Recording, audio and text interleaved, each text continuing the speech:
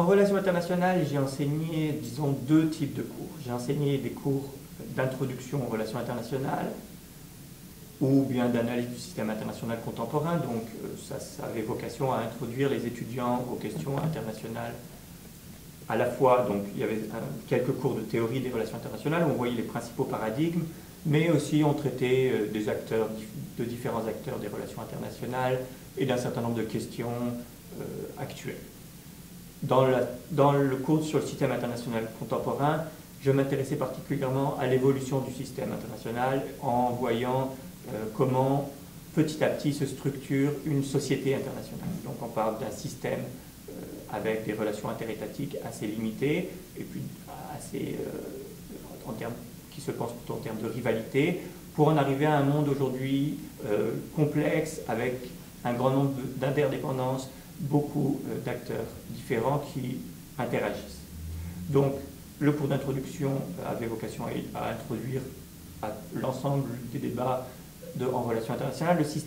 Le cours de système international contemporain me permettait de montrer l'histoire du système pour comprendre comment on en est arrivé là où on est.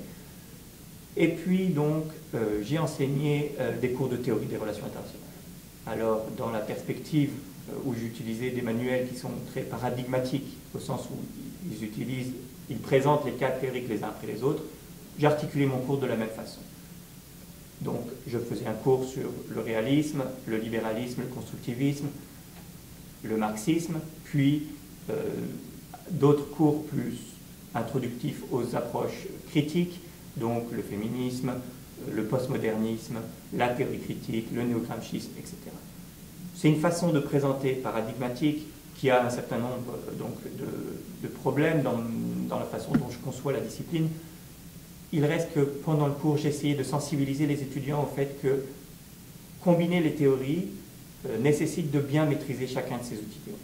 Et donc, le paradigmatisme était la première étape vers une utilisation de plusieurs cadres théoriques. Et les étudiants en général aiment beaucoup utiliser plusieurs cadres théoriques. Et je comprends pourquoi. Maintenant, avant d'utiliser plusieurs cadres théoriques, il est important d'en maîtriser un petit nombre très bien. J'ai par ailleurs enseigné des cours de politique étrangère du Canada, donc là, dans une perspective beaucoup plus appliquée, moins théorique. Je m'intéressais aux acteurs de la politique étrangère canadienne, donc l'importance du Premier ministre, est-ce que l'opinion publique joue un rôle dans la politique étrangère canadienne, quels sont les intérêts, quelles sont les valeurs canadiennes, est-ce que le fait que le gouvernement change a une influence. Vous savez que, par exemple, il y a un grand nombre de ce qu'on appelle de cultures stratégiques différentes en politique étrangère canadienne, notamment une culture plus continentaliste et une culture plus internationaliste. Donc j'expliquais cette différence, une plus internationaliste tournée vers le multilatéralisme, plus libéral, d'inspiration libérale, alors que le continentalisme est lui plus tourné vers la relation avec les États-Unis et il est plus d'inspiration plus réaliste peut-être, plus conservatrice peut-être. Très bien.